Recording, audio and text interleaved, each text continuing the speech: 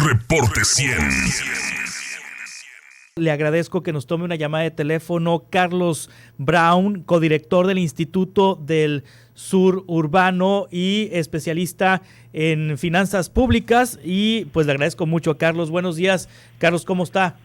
Hola Juan Carlos, muy buenos días, gusto en saludarte. Gracias por tomar esta llamada. Carlos, tus primeras impresiones de este paquete económico, Carlos. Primeras impresiones. Primera cosa que tengo que decir, pues pareciera que en este paquete económico no hay por lo menos tres crisis que estén atravesando el país, ¿no? Estamos justamente en medio de una crisis sanitaria por la pandemia de coronavirus, que a su vez ha llevado a una crisis económica, ¿no? Por el alto de las actividades deliberado por buena parte del mundo, ¿no? Es una recesión económica global, la peor recesión que ha vivido México desde que se tiene, registro en la historia reciente, pero además hay una crisis importante de la cual no se habla mucho, que es la crisis de cuidados, ¿no? El hecho de que no haya escuelas, el hecho de que haya una feminización del trabajo doméstico y de cuidados, pues ahora lo que ha hecho es que mientras seguimos encerrados en casa, pues hay una carga de los cuidados sobre las mujeres de nuestros hogares, ¿no? Y ahí es donde debería haber una corresponsabilidad, así se esperaría que fuera el modelo. ¿Qué vemos ahora en el paquete? Pues vemos que pareciera que esas crisis no están ahí, que las prioridades no están puestas en donde deberían estar en medio de lo que estamos enfrentando, y que pues un poco es como si fuera un paquete económico más que no fuera extraordinario, que no se planteara frente a los desafíos de lo que está ocurriendo ahora en el mundo y en el país específicamente. Y eso se relaciona tanto por las prioridades del gasto, que si quieres ahora ando un poco más en qué es lo que hemos estado viendo, pero también en la forma en la que se recauda el dinero, que tiene que ver con un poco, aunque a pesar de que va a ser un buen año de recaudación, como dijo hoy en la mañana que esperaba el secretario de Hacienda, pues pareciera que con eso es suficiente para poder salir de una crisis, cuando en realidad los gobiernos han tomado medidas extraordinarias alrededor del mundo y México ha sido una excepción a lo que está ocurriendo. Sí, Carlos, las cifras de crecimiento económico del Producto Interno Bruto para 2021 en 4.6% y la cifra de la caída del Producto Interno Bruto de 8%, 8.5% que plantea el secretario de Hacienda en este paquete económico, ¿son cifras realistas? ¿Son cifras optimistas o están subestimadas? Pues mira, usualmente es común que después de una caída fuerte venga una recuperación más o menos grande, pero hay ojo porque los porcentajes son engañosos y las matemáticas, y especialmente las matemáticas financieras, no son las mejores amigas de este país. Un poco hay que pensar que cuando se dice que hay una caída del 8 y luego una recuperación del 4, no es un 4% respecto a lo que tenías antes del 8, claro. Es un 4% una vez que ocurre el 8. ¿Qué quiere decir esto? Que también allí hay una cosa que está en esa estimación, y es que se suelen calcular rangos, es decir, las variaciones del Producto Interno Bruto se suelen calcular entre un valor y otro, ¿no? Siempre se presenta un rango y luego te presentan el punto medio, que es como la estimación más puntual, ¿no? El dato que solemos tener, ¿no? Y en los criterios generales de política económica, que son parte de este paquete económico, traían 8%, cuando en realidad el punto medio era 8.5% del rango. Dicho lo anterior, asumiendo que fuera 8.5% la caída esperada de la economía durante el año pasado, pues, hay tres escenarios, en la parte bajita del rango, ¿no? La parte más baja del rango, la parte más alta del rango y el punto medio. Entonces vamos a decir que son como escenarios pesimista, medio y optimista. Si esos son los casos, es decir, si crecemos bajo cada uno de esos escenarios, pues la recuperación vendría en el punto medio en 2023. Sí. En el lado optimista, de la estimación, en 2022. Y en el lado pesimista hasta 2025, es decir, una vez concluido este sexenio incluso. ¿Por qué es importante esto? Pues porque que fuera una estimación, que ya la estimación que nos están presentando de recuperación de 4.6 ya fuera optimista, que sí parece, ¿eh? Muchos coincidimos en que es un dato que parece muy bueno y que ayer dado que es algo muy común que se paren los ensayos clínicos. Ayer ya despertamos con la noticia de que se había parado el ensayo clínico de la vacuna para la que estamos participando desde el gobierno de México.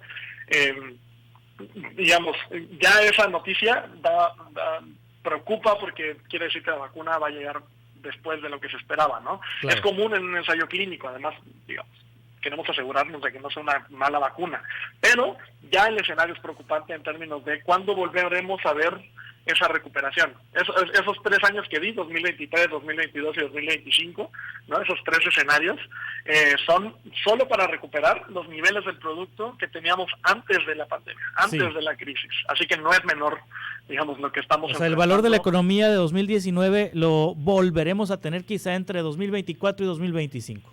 Así es, exactamente. Si nos va muy bien, 2022. 2022, bien. En el escenario optimista. Estamos esperando 2023, 2024 más o menos. Sí, ahora, la apuesta del gobierno a los proyectos prioritarios como el aeropuerto de Santa Lucía, la refinería de Dos Bocas, el Tren Maya, ¿va a ayudar de alguna manera a la economía?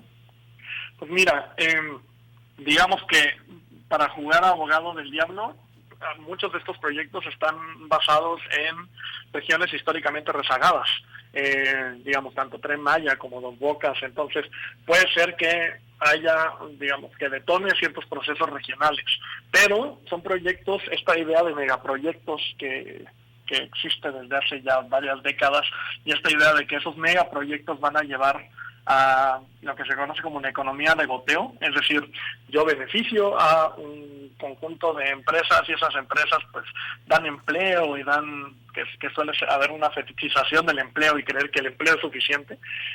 Ahí la pregunta que nos tenemos que hacer es a quién va a beneficiar al final de ese crecimiento.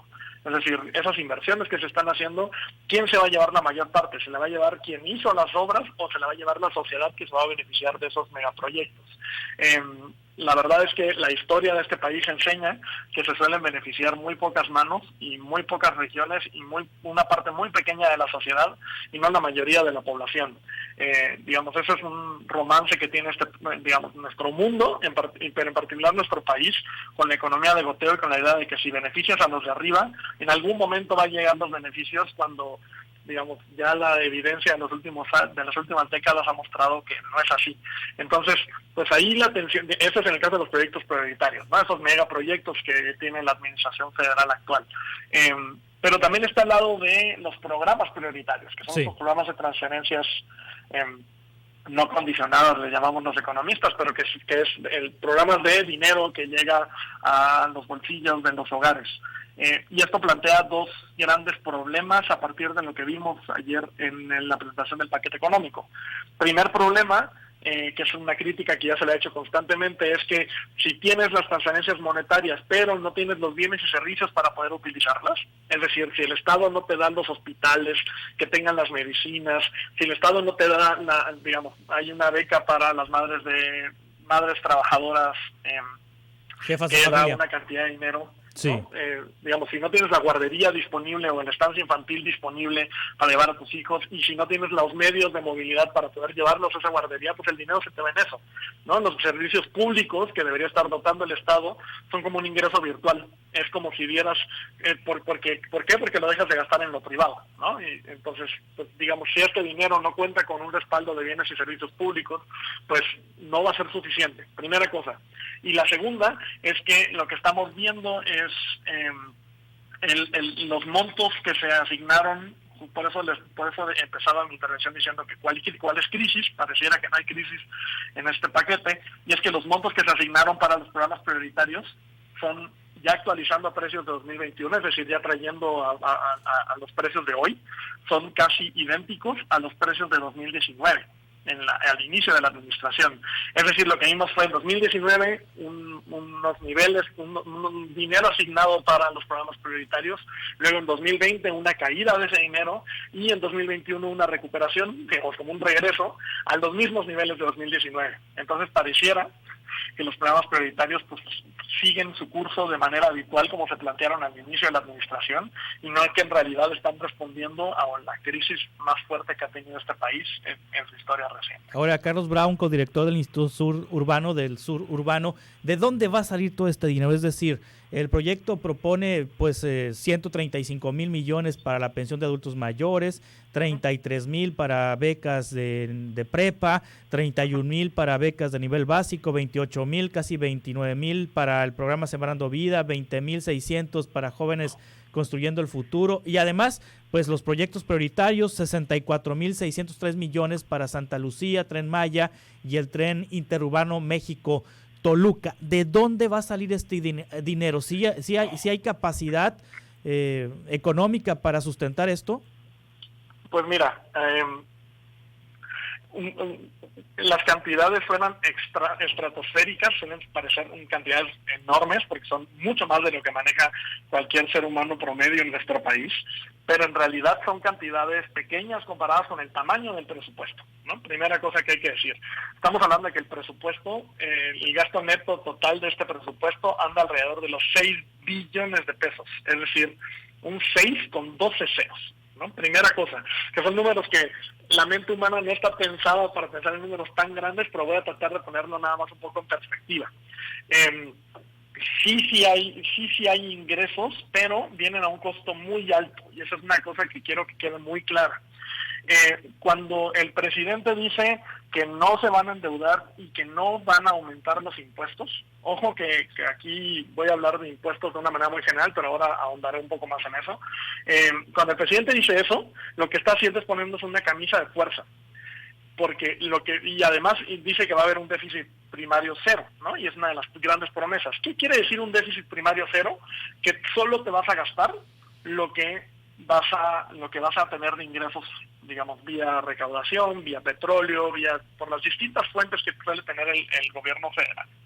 ¿Cuál es el problema de estas tres cosas? Déficit cero, no aumento de impuestos y no contratación nueva de deuda. Pues que te estás poniendo una camisa de fuerza autoimpuesta. Un poco es el equivalente a que un hogar decidiera, frente a una crisis sanitaria en su casa, digamos, si se le enfermara a alguien, no pedir prestado, no decir, no, yo puedo salir con mis propios medios, aunque no me alcance para todo lo que me debería alcanzar. Y un poco es lo que le estamos haciendo a las finanzas públicas, le estamos poniendo una camisa de fuerza. ¿Por qué es relevante esto? Porque en medio de una crisis esperarías que aligeraras tantitito la camisa de fuerza, te quitaras un poquito el orgullo y decidieras endeudarte aunque sea tantito, ¿no? Que es lo que está haciendo buena parte del mundo. Muchos me dirán, bueno, pero es que tenemos una historia pésima con la deuda, y un poco lo entiendo, pero esa es una situación más que extraordinaria. ¿Cuál es el problema de que el Estado mexicano, a través del gobierno mexicano, decida no endeudarse? Que si el gobierno no se endeuda para aminorarle la carga a los hogares son los que terminan contrayendo la deuda. Si les voy a poner como ejemplo lo que ocurrió en Estados Unidos. En Estados Unidos se decide hacer una contratación masiva de deuda, ¿no? Y el déficit se disparó. Y a cambio los hogares recibieron un cheque, buena parte de los hogares recibieron un cheque de parte de la administración de Donald Trump, que es algo que yo jamás esperé ver, ¿no? Donald Trump firmando cheques al por mayor, siendo el libertario que es, para aminorar la carga de los hogares. En el caso mexicano están los programas sociales, pero por los montos de los programas sociales y por el alcance, son programas muy insuficientes.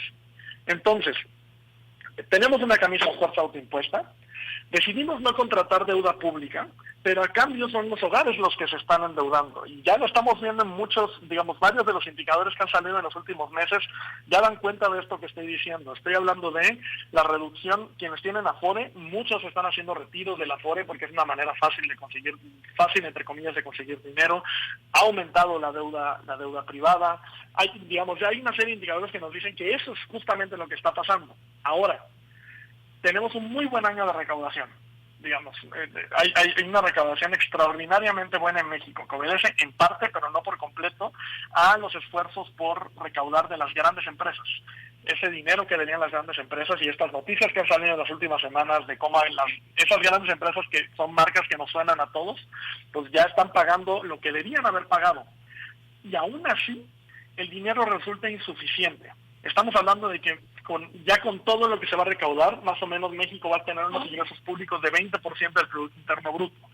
Ya con eso estamos hablando del país que menos recauda, que menos ingresos tiene de toda la OCDE, del club de los países, digamos, ricos y medianamente ricos, donde México está. Recordemos que México es la 15ª economía más grande del mundo. Pero además, pues seguimos estando entre los países que menos recauda de América Latina. O sea, ya no estamos hablando, ya no comparándonos con los ricos, comparándonos con nuestra religión y con nuestra realidad, también tenemos un problema de ingresos serio. Y esto va a seguir pasando mientras no planteemos una reforma fiscal profunda, como debe ser, que trastoque los intereses de las personas más ricas de este país, porque seguimos sin meternos ahí. Digamos, lo que se está haciendo ahorita es cobrarles lo que deberían haber pagado, pero a todas luces es insuficiente.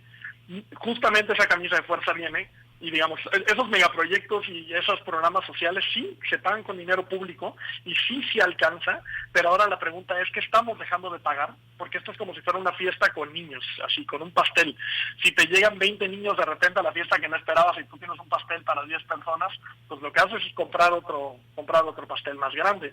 México dice pues que se repartan rebanaditas más chiquitas para que aguante, ¿no? Y claramente no aguanta.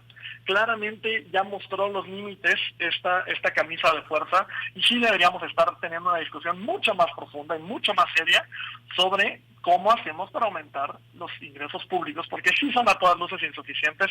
Hay que hablar de corrupción, hay que hablar de eficiencia del gasto, pero también hay que hablar del aumento de los ingresos. Muy bien, Carlos Brown, codirector del Instituto del Sur Urbano. Muchas gracias por tomar esta llamada y estamos en contacto, no. Carlos. Gracias por estos análisis. Sí, claro. Muchísimas gracias. Que tengan muy buen día. Hasta pronto. Reporte 100.